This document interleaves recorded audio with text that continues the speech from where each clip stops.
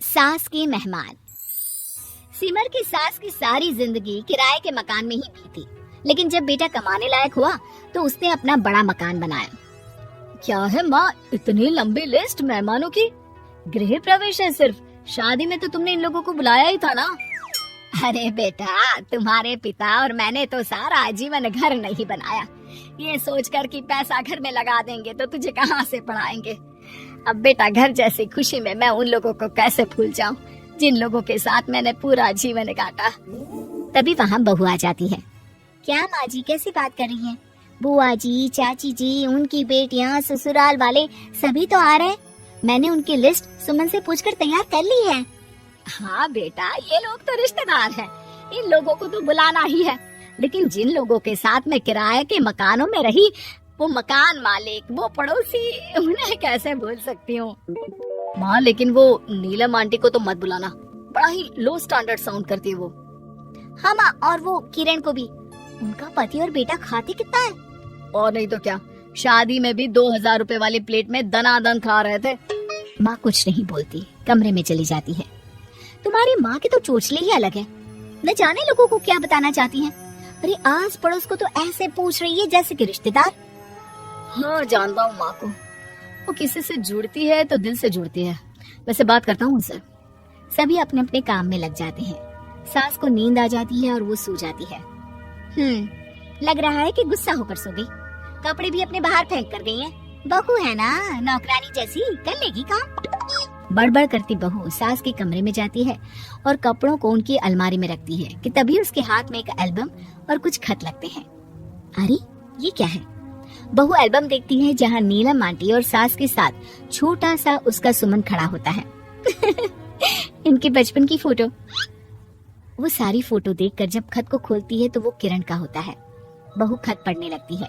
खत में लिखा होता है, तू पैसे की चिंता ना कर, सुमन की पढ़ाई में कोई कमी ना हो, हम पड़ोसी नहीं बहने हैं। तभी सास जग जाती है। अरे बहू, क्या हुआ? कुछ चाहिए था क्या? बहू बात घुमा देती है। माँ जी, वो इनकी फोटो देख रही थी नीलम आंटी के साथ। कितनी सुंदर लग रही है ना आंटी। हाँ, दिखा तो जरा फोटो। बहू सास को फोटो देती है। सास फोटो देखकर कहती है, याद आता है, तेरे ससुर जी तो थे नहीं, काम के लिए 10 दिनों के लिए शहर से बाहर गए थे। जब बेटा होने वाला था तब नीलम आंटी और अरुण अंकल ही थे। आंटी बेचारी रात भर मेरे साथ बैठी रही तो अंकल भाग भाग कर दवाई का इंतजाम कर रहे थे। बेटे के होने के बाद भी जब तक मैं घर नहीं आई मेरे पास ही रहे। रिश्तेदार तो आए थे मुंडन में 10 दिनों के बाद। बहू सुनकर खुश होती है, तभी नजर खत पर पड़ती है। माँ, ये किरण आंटी को आपने पैसे वापस कर दिए? हाँ, वो भी समझ कैसे कैसे किए मैं ही जानती हूँ। सुमन की पढ़ाई के लिए पैसों की जरूरत थी। रिश्तेदारों ने तो साफ बोल दिया था कि किसी होटल में काम पर लगा दो। कई लोग बर्तन धोने के साथ पढ़ाई करते हैं, लेकिन किरण आंटी, उन्होंने अपने बुढ़ापे के लिए बचाए हुए पैसों को सुमन की पढ़ाई के लिए दे दिए। यानी कि आज ये जो कुछ भी है वो किरण आंटी के कारण ही ना? हाँ बहू, ऐसे ऐसे पड़ोसी हुआ करते थे जो किसी रिश्ते के नाम से नहीं बल्कि अपनेपन से भरे थे। फिर सास का बोलने का रुख तीखा हो जाता है। और फिर भी देख, सुमन इन लोगों को भी नहीं बुलाने दे रहा है। माँ, मैं बात करती हूँ, ये लोग सिर्फ आएंगे ही नहीं, हम लोगों के साथ रुकेंगे भी घर में, रिश्तेदारों की तरह। सास बहू बेटे से पूछकर एक एक घर जाकर पड़ोसियों को एक दिन रहने का न्योता दे आते हैं। और फिर वो दिन भी आ जाता है जब घर में गृह प्रवेश होता है। अरे हम लोगों का कमरा कहाँ है? बड़ा कमरा देना हम लोगों को, खुला खुला। सुमन परेशान हो जाता है कि वो क्या करे, कहाँ किसका सामान रखे, कि वहीं किरण पड़ोसन आ जाती है। अरे सुमन, परेशान ना हो बेटा, हमारे कमरे में रख दो उन लोगों का सामान, हम तो तेरी माँ के साथ ड्राइंग रूम में एडजस्ट हो जाएंगे। और हमारा कमरा कहाँ है? सुमन, जरा सामान कमरे में तो रखवा दो।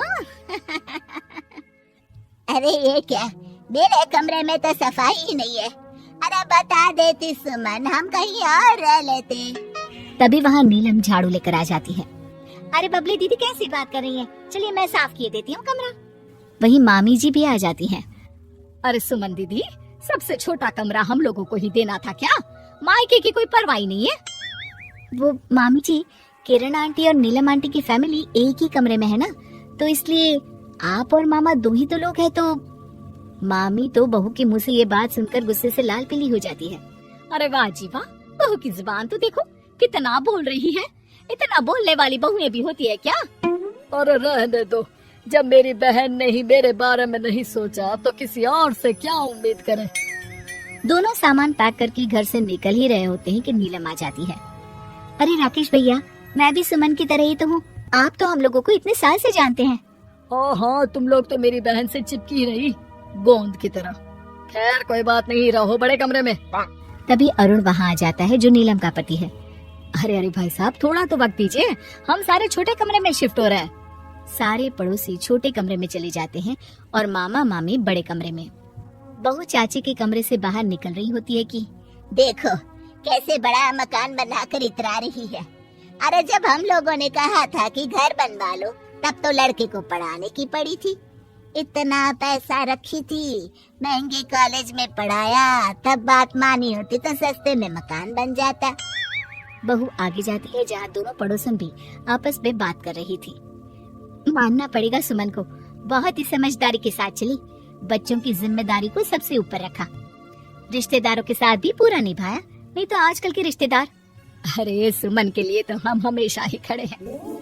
बहू तभी मामी के पास जाती है जहाँ वो मामा से कह रही होती है, बस अब आ गए इसके घर। अब तो ये रो रो कर भी बुलाएगी तो मैं ना आऊं। कैसे कमरे में रखा हम लोगों को। सुमन भी ना किसी काम की नहीं है।